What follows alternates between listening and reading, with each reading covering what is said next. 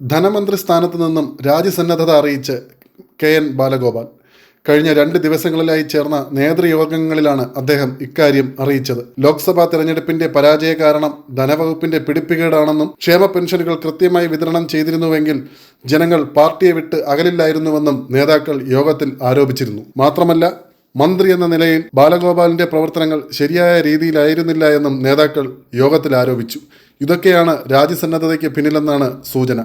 എന്നാൽ ശാരീരിക ബുദ്ധിമുട്ടുകളുണ്ടെന്നും തുടർ ചികിത്സകൾ നടക്കുകയാണെന്നും മന്ത്രി നേതാക്കളെ അറിയിച്ചു. എന്നാൽ ഇപ്പോഴത്തെ രാഷ്ട്രീയ സാഹചര്യത്തിൽ മന്ത്രി മാറേണ്ടതില്ലെന്നും ബാലഗോപാൽ തന്നെ തൽസ്ഥാനത്ത് തുടർന്നാൽ മതിയെന്നും CPM സംസ്ഥാന സെക്രട്ടറി MV ഗോവിന്ദൻ നിർദ്ദേശിച്ചു. പെട്ടെന്ന് ധനമന്ത്രിയെ മാറ്റിയാൽ പ്രതിപക്ഷം ഉൾപ്പെടെയുള്ളവർ അത് സർക്കാരിന്റെ പരാജയമായി പ്രചരിപ്പിക്കുമെന്നും ബാലഗോപാൽ തന്നെ മന്ത്രിസ്ഥാനത്ത് തുടർന്നാൽ മതിയെന്നും മുഖ്യമന്ത്രി ഉൾപ്പെടെയുള്ളവർ പറഞ്ഞു. ലോക്സഭാ തെരഞ്ഞെടുപ്പിൽ കനത്ത തോൽവിക്ക് കാരണം ധനവകുപ്പിന്റെ പിടിപ്പുകേടാണെന്ന് CPMലെ പ്രമുഖ നേതാക്കൾ ആരോപിച്ചിരുന്നു. മാത്രമല്ല, വിവിധ ജില്ലാ കമ്മിറ്റികളിൽ നിന്നുള്ള റിപ്പോർട്ടുകളും അത്തരത്തിലായിരുന്നു. സാധാരണക്കാർക്ക് ആശ്രയമായിരുന്ന ക്ഷേമ പെൻഷനുകൾ എന്ത് ബുദ്ധിമുട്ടുണ്ടായിരുന്നുവെങ്കിലും കൃത്യമായി വിതരണം ചെയ്തിരുന്നുവെങ്കിൽ അവർ പാർട്ടിക്കെതിരെ വോട്ട് ചെയ്യുമായിരുന്നില്ല എന്നും നേതാക്കൾ കുറ്റപ്പെടുത്തിയിരുന്നു.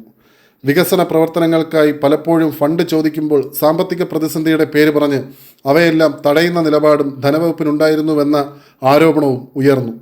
ധനമന്ത്രി എന്ന നിലയിൽ കെ.എൻ. ബാലഗോപാൽ ജാഗ്രതയോടെ ഇടപെടൽ നടത്തിയില്ലെന്നും വിമർശനം ഉയർന്നു.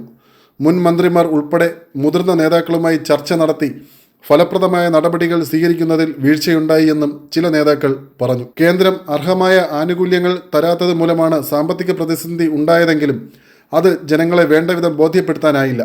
നികുതി ചോർച്ചയിൽ കാര്യമായി ഇടപെട്ട് അവ തടയുന്നതിലും ധനമന്ത്രി അമ്പേ പരാജയപ്പെട്ടുവെന്ന് ഒരു വിഭാഗം നേതാക്കൾ ആരോപിച്ചു. സമൂഹത്തിലെ വമ്പന്മാർ പോലും നികുതി അടയ്ക്കുന്നതിൽ വീഴ്ച വരുത്തി. എന്നാൽ അവ കൃത്യമായി പിരിച്ചെടുക്കാൻ ഉദ്യോഗസ്ഥർ തയ്യാറായതുമില്ലെന്ന് നേതാക്കൾ ആരോപിച്ചു. ഈ നികുതിയെല്ലാം പിരിച്ചെടുത്തിരുന്നുവെങ്കിൽ പെൻഷൻ നൽകാനുള്ള തുക ലഭിക്കുമായിരുന്നുവെന്നും നേതാക്കൾ അഭിപ്രായപ്പെട്ടു. ലോക്സഭാ തെരഞ്ഞെടുപ്പിൽ വോട്ട് തേടി വീടുകളിലെത്തിയപ്പോൾ ക്ഷേമ പെൻഷനായിരുന്നു സംസാര വിഷയമെന്ന് ജില്ലാ കമ്മിറ്റികളുടെ റിപ്പോർട്ടിലുണ്ട്. വോട്ടർമാർ ഇത് സംബന്ധിച്ച് നിരവധി ചോദ്യങ്ങൾ പാർട്ടിക്കാരോട് ചോദിച്ചു. ഇതിനൊന്നും കൃത്യമായി മറുപടി നൽകാൻ സാധിച്ചില്ലെന്നും പ്രതിപക്ഷ കക്ഷികൾ ഈ അവസരം വോട്ടാക്കി മാറ്റാൻ ഉപയോഗപ്പെടുത്തിയെന്നും റിപ്പോർട്ടിലുണ്ട്.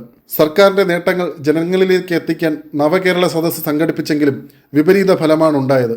മുൻ മുഖ്യമന്ത്രി ഉമ്മൻചാണ്ടിയുടെ വിലാപയാത്രയ്ക്ക് ലഭിച്ച ജനപിന്തുണ കണ്ട് അതിൻ്റെ വികൃത അനുകരണത്തിനാണ് ശ്രമിച്ചതെന്ന വിമർശനം ഉയർന്നിരുന്നു.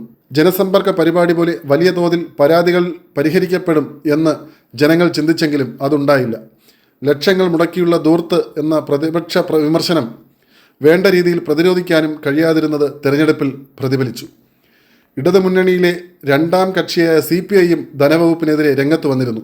സാമ്പത്തിക പ്രതിസന്ധിയുടെ പേരിൽ പല പദ്ധതികളും നടപ്പാക്കാനായില്ലെന്നും ക്ഷേമ പെൻഷനുകൾ കൃത്യമായി വിതരണം ചെയ്തിരുന്നുവെങ്കിൽ അവയെല്ലാം വോട്ടായി മാറ്റാമായിരുന്നുവെന്നും CPI കുറ്റപ്പെടുത്തി. ഇതേ തുടർന്നാണ് മന്ത്രിസ്ഥാനത്ത് നിന്നും ബാലഗോപാൽ രാജിസന്നദ്ധത അറിയിച്ചതെന്നാണ് സൂചന.